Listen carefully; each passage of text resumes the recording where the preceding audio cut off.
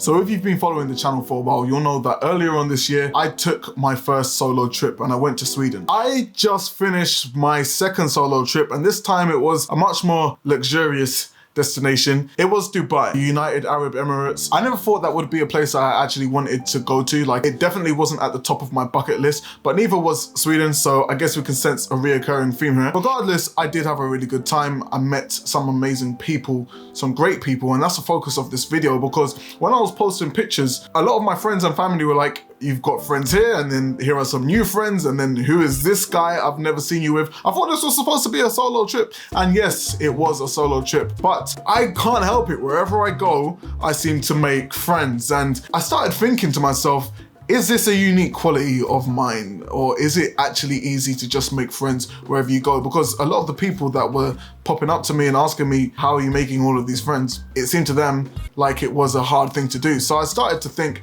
and I thought, how is it that one makes friends wherever they go, especially when you're in a different country and you're so far away from home and the rest of your friends? So I figured it out. Here are some tips that you guys can use to make friends wherever you go, whether you're going from one country to the next, or if you're just popping to Sainsbury's and you see a cute guy that would be.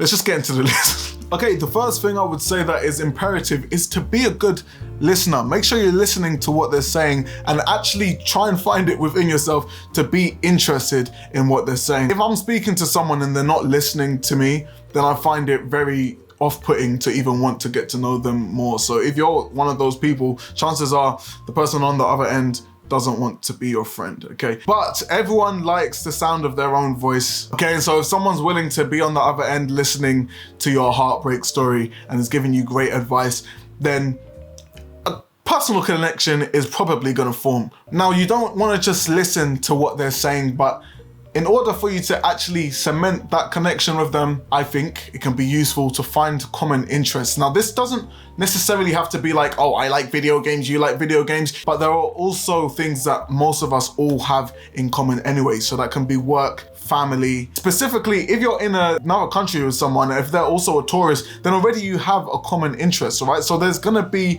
common interests that all of us have. I remember back in the day when I was applying for a job at Nike, I was in the group stage interview and I had to find the connection with this middle-aged Mexican woman. And really, it wasn't hard, it wasn't easy, okay? Because, you know, I was like, I like anime, you like telenovelas, you know?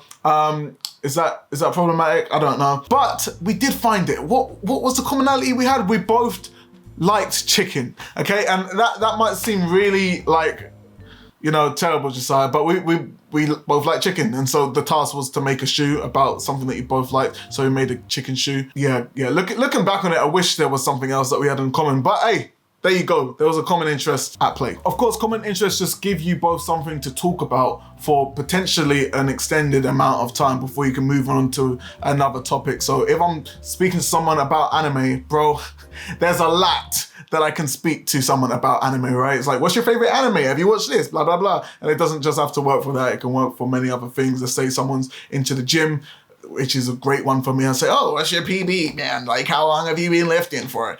Etc., etc. Now, the next thing I would say is to be somewhat open. Now, when I say this, I don't mean to reveal all your deepest and darkest secrets to what could be a stranger at this point, but I'm saying to not be so closed off. I think that conversations can actually go to good places when both parties are willing to be somewhat open. Okay, so if they ask you, hey, what do you look for in a partner? I don't know why they would be asking you that, but they might be saying, what do you look for in a partner? You can tell them. You don't have to be like, hey bro, like, hey, that's kind of weird. You could speak about it, and then there could be branches that come off of that. So let's say you say, yeah man, I'm looking for a girl that is really focused on her career. They might say, oh, why is that? What can happen from here with both people being open is you actually gain something from the conversation, right?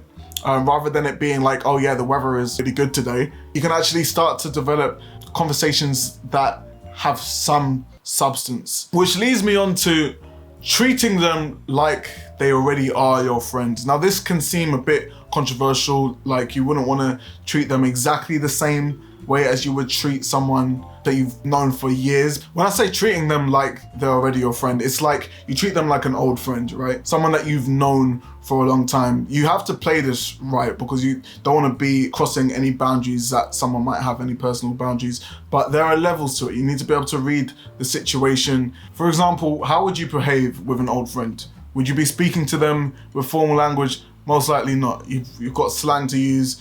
As long as they can understand it, you know, speaking to them like they're on your level, I think is a great way to help quickly establish a friendship. And then I think the last point, but also probably one of the most important points, is to have fun. Be that person that is just fun to be around. People naturally gravitate towards people that are fun. For example, one of the nights I was in Dubai, I was in a club, and it was a very weird experience because every person in the club was essentially a prostitute. Yeah, not a lot of guys were dancing so much, but then I realized, okay, I was like, okay, so they're all prostitutes. What am I supposed to do? Let me just have fun. Let me treat everyone like they're normal. So I started dancing. The guys around me, they saw I was a good laugh. I was having a good time. Me and one of these guys just started dancing, bro. And he ended up becoming my friend by the end of the night, all right? And we had a great time, exchanged socials, all of that. People want to have fun at the end of the day, right? And if you can help bring out some of that fun, then they're gonna want to be in cahoots with you, okay? That's the main thing. Have fun, do it with confidence. Don't be stupid, okay? I'm not saying be stupid, but just be someone that knows how to enjoy life, and you can help share that feeling with other people. Okay, at the end of the day, as your friend, I've got you. Stay tuned for more videos, my dog. And that's about it. So